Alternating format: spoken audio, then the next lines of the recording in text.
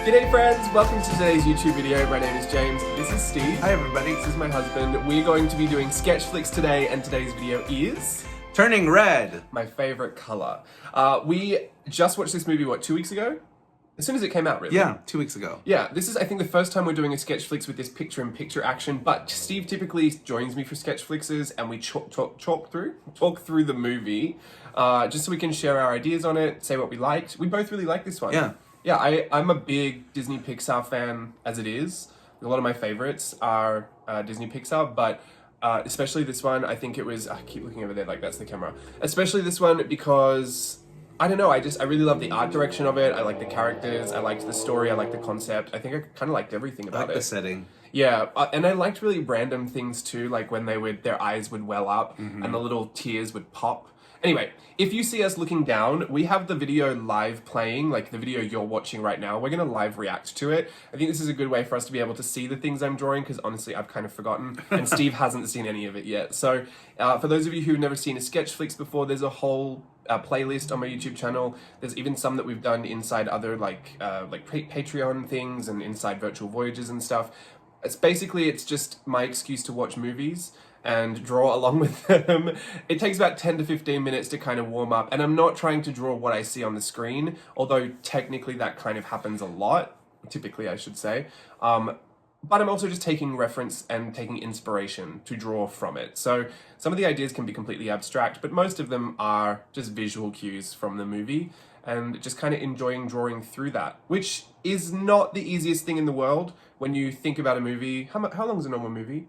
About 90 minutes. About 90 minutes. If you think about how much you can actually get done as far as like drawings from start to finish, you really don't spend a ton of time on them, and especially because the screen, like, scenes go by so quickly. Yeah, a couple seconds long. Especially animated movies that are kind of directed towards a younger audience, you know, you don't have these long scenes that are drawn out. It's pretty quick, and you know, the scenes are back to back and fast paced. So I think I did well. I look like I'm speeding through it here. I like it. The first thing you drew was the Tamagotchi, right? Yeah, I completely forgot that that was a part of it. And I'm also in the process right now of putting together Virtual Voyage 6, which is Tokyo A Go-Go. So there were some themes in there, like the Tamagotchi, that I actually put in there to remind myself for that workshop, because I completely forgot about them. What do you call it? A Tamagotchi? Tamagotchi? Tamagotchi? Tamagotchi. It's probably Tama, because it's egg, but yeah, Tamagotchi. Australians jumping out. I really like the cardboard red panda. Like the little character suit. I think I like that better than the actual one. I don't know, something crafty about it. Well, 100% crafty. What did you think of the movie? Like, overall? Overall, I loved it. Actually, I don't think there's anything that I didn't like about it. Me neither. I loved it, and there are so many little bits and pieces throughout the whole movie that were very reminiscent of, you know, many years ago, being a kid. Oh yeah, I was barely born when they were referencing that. But you know, I didn't know it was 2002. Which seems weird, because a lot of the stuff that's happening in 2002 in the movie actually happened in like 1992. Well, I mean, no, yes, actually not even 92. I would say like maybe mid 90s, right? So like Tamagotchis, the boy bands, like NSYNC and Backstreet Boys were all like, you know, 97. Burning CDs for each other was a bit more 2000s. That's true. That was me as a... I am the age that movie, like Mei Lin, her age then, like was about my age at that same time. So it felt oddly nostalgic, even though her context is, you know, like young girl going through, you know, her puberty, her growth into womanhood. You know, obviously I can't relate there, but that age and in that time period, I felt, I can see the mermaid on the screen, I felt like I was kind of the same, and I may or may not have done my own crush drawings as mermaids. I may have had my own anime phase. But the bucket hat, that's late 90s, or I wouldn't say that's 2000s. I think there was a big mashup between, I think, you know what I think it is? We're so used to trends now cycling through every 2 weeks. Right. Remember, trends used to stay around for years. Yeah, that's true. Like years of a trend. So I reckon it kind of bridged both of those decades. I really loved the character style of... I just love that they were kind of short and stout and chubby. Not necessarily chubby, but like... There was something stout about them. Yeah, they're definitely stout and a little bit more round. It's, I mean, they're even kids. The adults, the proportions of the adults, they were adult sized, but they were kind of like I don't know, it was just more stout, I guess I want to say. I thought that was cute. I thought it made everything look really cute. And I loved the boy band. But that definitely makes sense because it's, you know, even though it's rooted in Chinese culture, it's still, you know, like kawaii culture, which is Japan. And they kind of borrow bits and pieces from it overall. All the kira kira sparkle. Yes. I really, really enjoyed it. I'm drawing one of my favorite scenes from the movie. I had this intense reaction. I know you did too. Yeah. When the mum found the journal and drawings. the drawings. P.S. If you haven't seen the movie, there's some spoilers. Oh yeah, we'll spoil it all. Yeah. When the mum found the drawings and she had that reaction, I love the like, ooh! Yeah. It just got more and more intense. And then when she goes to the little store, which the convenience Family store. Mart reminds me of a little convenience. Yeah, right? definitely. And then, yeah, when she came back and then just the overbearing nature, my mum wasn't like that, but I remember having the fear that Maylene has that she would find that out. Like, she would see those drawings that I had done, that she would turn up to my school like that and hide behind a tree and be crazy. My mom was I think my family was a little overbearing for sure. You can relate a bit more? Yes, definitely. I mean, not to that extreme, but there was a sense of duty and honor even within my family. I think that's one of the themes that if we were going to talk about a like heavier theme, I know that there's a lot of puberty wrapped up in the movie and like the adolescence, kind of, you know, young adulthood, I guess, entering that. Obviously, like Steve and I both don't have that experience because we didn't transition from young girls into young women, right. But we did have these discussions about the themes of honor and respect and cultural approaches towards like parenting and expectations. And Steve and I have very vastly different experiences there. So I felt like that was something you could relate a lot more on. Yeah, there's a lot of expectation that kind of surrounds, at least in my childhood, it was the expectation to maintain some level of honor and family status is maybe a bad word for it. There's lineage. Yes. I think that is important. Correct. That you come from a certain lineage and then it's going to pass down to my parents, which then passes down to you, so that you can pass down to your children. And there's, you know, a lot of heavy importance placed on whatever this part of lineage is. And so a lot of your decisions, especially for me, every decision that I made was kind of guided by this expectation within the lineage. So, I mean, that's not to get too heavy or too far away from the story. Let's spill it all. But the expectation of what's one of the main themes? Well, yeah, the main theme, and Maylin loves and she works on so many things. She's a great student. She's also a musician, and she's earned the respect of her parents by fitting that role perfectly. Correct. But then I remember for me growing up saying, I don't want to be a doctor. I want to be an actor. My parents, thank goodness you're not a doctor, said, no. Said no. You know, that's, you know, we're gonna help you get through school, but we're gonna help you get through school if you're not performing. And it was a thing that it wasn't a negative thing per se. It was just they were trying to protect me and make sure that I was okay, and they were trying to save me, if you will. And we're from the generation. I mean, you probably a little bit more so, but we're from that generation where doing anything in the arts was a big, like, you're going to struggle. Correct. You're not going to make it. You're going to, how are you going to pay your bills or blah, blah, blah. Both of us kind of, you know, I think it's a little bit more open now. The idea is that anything that's creative and artistic as a job is a bit more sustainable because there's a celebrity culture around influencing, and it seems like you can have a lot of success. But yeah, even if you were like a really talented singer, dancer, or actor or something, it still wasn't a guarantee you could even pay your bills or feed yourself. Sure. So we all kind of had that talk about like, well, what are you going to do if that doesn't work out? But yours was more wrapped up in this is the family culture. This is what we all do.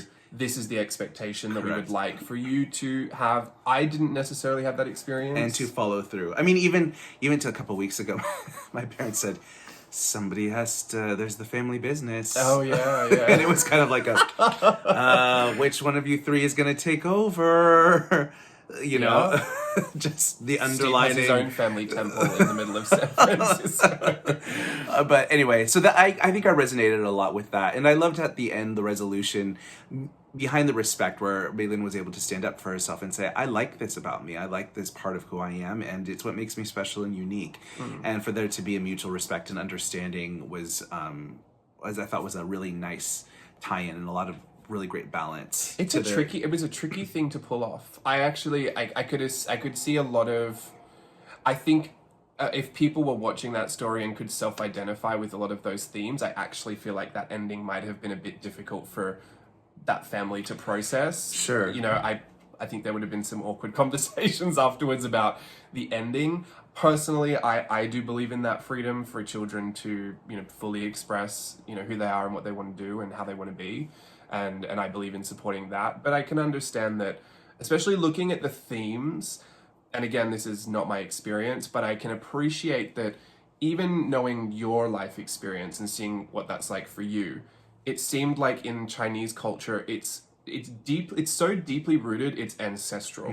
Like, it is not just your grandfather did this and your grandfather is, you know, you have a certain legacy to live up to. It's that goes centuries. Back to, It's lineage. Dynasties. Yes, dynasties, 100%. You know, I mean, it doesn't get more deeply rooted than, you know, beginning of all time. So I don't know. I mean, to me, that's obviously not for me to speak on, but I imagine that if we had, you know, children in our own lives, I think both of us are pretty open to follow your dream. How could we? We'd be so hypocritical if we were like, don't do that. But, you know, I think the one of, how can I say this? I think Disney Pixar always tends to do it so well.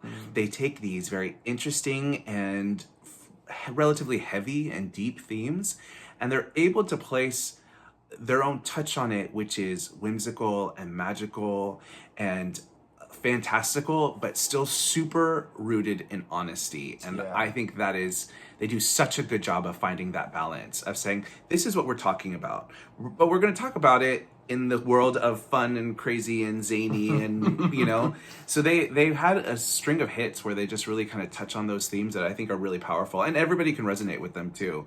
And also what I like about it is it creates a space for some safe conversation. That's another I feel like thing a therapist. Yeah, let it all out, Steve. I mean, it is. We're having a conversation now with it, right? We can express these opinions, but I imagine a lot of people watched that particular movie. I think young women probably watched that movie and felt a real draw to the themes of maturing. I think, and we've heard from some of our Asian friends that there's a lot of cultural kind of impact that they feel like that story has, and that, you know, some relate more than others, and, you know, that's its own interesting conversation as well. I think you're right. It does always seem really rooted in something real, which makes it easier to get behind. And even though you don't necessarily have to relate to all the themes, I feel like there is always something in there that seems poignant to bring out of the movie and to kind of process and talk about, even as adults. Yeah. So I love the Disney Pixar films for that. I can understand that, you know, maybe it's hard for some people to get through them if they're not your thing. And our opinion is being expressed because through the lens of not being parents. So maybe it's different if you're a parent. I've got secret children. Can you imagine? But even in that, I did love kind of how they told the story was through their art direction. And I think the art direction for this movie is... The art direction is so fun. It's so good, especially how they touch on anime. They bring the anime bits and pieces into it. The anime bits was fun, especially around that time when there was such a boom in anime. Like Final Fantasy. Yeah, Sailor Moon, Pokemon, Digimon, all that kind of stuff. All the Mons. Yeah. I loved that. I had my own anime phase literally around that time. I like to think I was a little entrepreneurial, just like Mei Mei. You know, charging for her red panda pics. I was definitely gathering children on the lawn to do my dance classes for 50 cents. You know, we go through all those like crazy times as children. These are a bit exaggerated because they're movies, but it was just so fun to watch. The obsession with girl groups and boy bands. I was a bit more of a girl groupie. But how they also knew all the choreography and all the words. All of it. And I laughed when they were like, the Australian tour. Yeah. What is it, Girl, I Love Your Jeans or something? Such a stupid title. Like, but they really all were. It was all the same. It was all the derivative of the same theme. And, you know, I didn't even realize until I was older that all of these songs were just like sick little love songs. Yes. Or the heavy adult themes in some of the Spice Girls ones, like Two Becomes One. No idea. Me, 7 years old. Then to become one. Oh my goodness. Yeah, so it's super fun. This is my favorite page of illustrations. This is the one I get to at the end. I guess I'll say one thing about this Sketchflix. I haven't done one in so long. I think I did the least amount of Sketchflixing in this, and it's because I spent so much time on that cute little panda. But I think if you feel like you're getting somewhere with something, like there's no reason to stop it just because you feel like you have to do a whole bunch of other stuff. Sure. So I kept going forward and then coming back to it. So I spent a lot of time on that little red panda. I tried to do a little Tamagotchi thing in there. It just was not working. I was like, is that what that is? Yeah, I tried to do a red panda Tamagotchi. I had to write it so people knew. You know what? Every time now that I see Tamagotchi, I think of Alexis and David Rose. Fully grown Tamagotchis. Yeah. David, if this is about those stupid Tamagotchis, it is. Because it's so true. My brothers had Tamagotchis. I got one over there. Yeah, I got that for you for Christmas. But Danielle got it for me. I bought it for you. Well, then why did Danielle give it to me? I bought it for you. But anyway, my brothers had Tamagotchis, and they would sit there incessantly trying to make sure it fed or cleaning it up. And my mom was like, "Yeah." So mad. You don't know Digimon. What's Digimon? Digimon is kind of like digital monsters. Okay. So Tamagotchis, it's like Pokemon and Tamagotchi meet somewhere in the middle, but the digital monsters, they had a pull tab that you would start the battery life with. So when we did it, we would just pull tab it and then start, and you have to crack them from an egg and feed them and train them and stuff. Yeah, it's kind of the same thing, but there were little rectangle things, and you could connect them, and they battled each other. You could fight with other Digimons, and so we took them to school. Everything that you love, you take to school. Crazy Bones, Furbies, Pokemon cards, all of them banned immediately. Digimon banned within the week, but we would all sneak them around, and so you'd see kids in the playground just like Digimon battling with each other. The funniest thing was, if you put the pull tab back in or got like a little acetate thing, you could restart the thing, and it would glitch and sometimes give you like a fully formed Digimon. So most of us weren't even trying to train these things. We would just all lunchtime, all recess, just like glitching the Digimons to get cheaters, fully all of formed you. things. And sometimes you'd get, because you had to clean them up if they went to the bathroom on the screen. Yeah, sometimes you could glitch it, the whole screen would be bathroom, and like it was the weirdest thing. And I just remember being obsessed with it. I don't think there was many things as a young boy that I liked that were stereotypically for young boys, but Digimon I really got into, and Crazy Bones. I don't even know Crazy Bones. See, I was like Beanie Babies. I wasn't a kid of Beanie Babies, but I wasn't like a little kid with Beanie Babies, but I remember that kids were bringing Beanie Babies to school, and they were just putting them all over the desks, and the teachers were like, "Move the Beanie Babies." I think I've said this story a million times, but I kept the Furby in my desk. Oh, yeah, you had to feed it. Yeah, I'd lift up the desk lid and stick my finger in its mouth to feed it every 5 minutes. Those were so scary. The Furbies were scary. I was so worried that would take what was your favorite part of the movie? Oh. I mean, I love a good montage, so them making all the money and having the fun, like bringing out the panda and, charging all the children for pics and stuff. I thought that was really fun. I think it was hilarious. One of the first parts where she just takes the basketball, and she's like, what does she say? I identify or something with all titles. Or I accept all labels or something. And she's just really proud of herself for being a super open and whatever girl. And she just grabs the ball and she throws it up on the thing, and it completely misses. Her little foot's popped. Yeah. And I thought it was so cute. The confidence. Yeah. My favorite, I think, is when all the ants come in and the grandma come in. Ants. And they go so into that bevel. Yeah. We also loved that Abby, the little Abby. Oh, the little Abby character. She reminded us of Danielle so much, and I love how aggressive Abby is. Yeah. About everything. She's just so excited and so much energy. Anyway, these are all my little sketches. This is so fun. Yeah, I loved it. Thank you so much for watching and having a little discussion with us about some of the themes of Turning Red. I was going to call it Turning Red Panda. There's also on Disney Plus, there's the making of Turning Red, which I watched as well, and that was quite kind of fascinating. There's a lot of real stories and real people stuff, like even down to the little like moles or freckles on how they animated it, like how they actually put that together and why. So go and check that out if that's something that's interesting to you. That's my favorite. I love it. Was she like? I love the panda. The trees. But that's like, it's such a great drawing of the anxiety of having an overbearing parent. Which I wouldn't know much about.